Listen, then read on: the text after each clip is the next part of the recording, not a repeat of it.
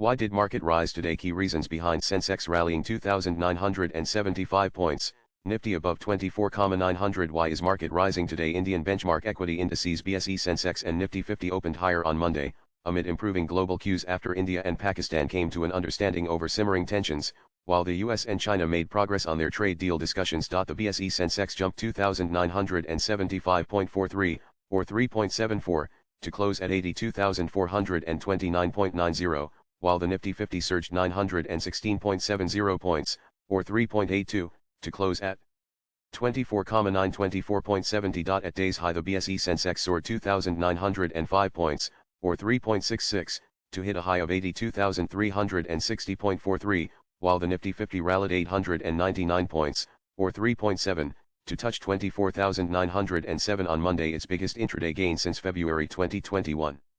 The sharp rally was fueled by de-escalating tensions between India and Pakistan and positive global cues, which lifted investor sentiment across the board. The surge in market optimism drove the total market capitalization of all BSE-listed companies up by a staggering 14 rupees lakh crore, marking the largest single-day jump since May 2022. The ceasefire between India and Pakistan remained intact on Saturday, following intense overnight exchanges between the two nuclear-armed neighbors. This marked the most serious military confrontation in nearly 30 years. The escalation began on Wednesday when India launched strikes on 9 terror camps in Pakistan in retaliation for a deadly attack in Kashmir that killed 26 civilians. However, tensions persisted as Indian military officials reportedly issued a hotline communication to their Pakistani counterparts on Sunday, raising concerns over fresh ceasefire violations and warning of a potential response if provocations continued. After market opening on Monday, barring Sun Pharma, all Sensex constituents were trading higher.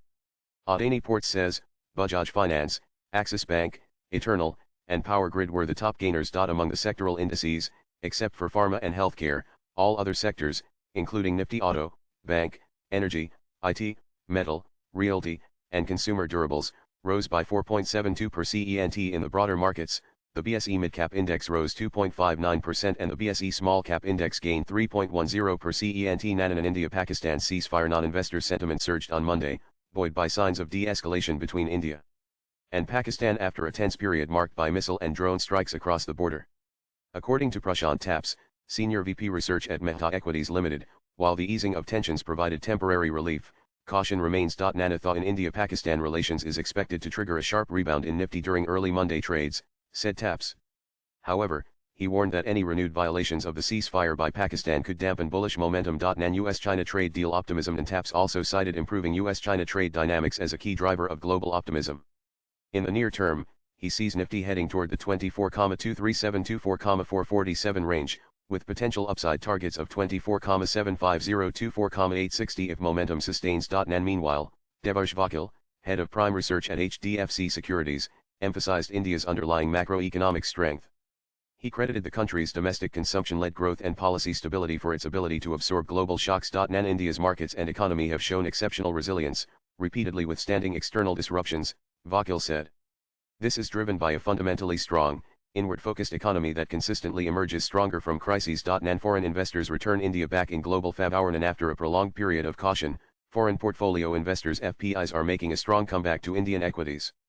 Since mid-April, foreign institutional investors FIIs have poured $5.8 billion into Indian markets, marking 4 consecutive weeks of positive inflows. Nan India now ranks among the top emerging markets for FPI interest, alongside Taiwan and Brazil. This isn't merely a temporary bounce. A larger global reallocation is underway, as investors diversify away from dollar-dominated U.S. assets in search of growth and stability in emerging markets where India stands out. Nan in just the past week, India recorded net inflows of $326 million, following a stellar $724 million the previous week. Notably, $257 million flowed directly into India-focused funds, as highlighted in Elara Capital's Global Liquidity Tracker report. Nan adding to the momentum, global investment desks are increasingly shifting capital out of China and into India, citing stronger fundamentals and policy consistency.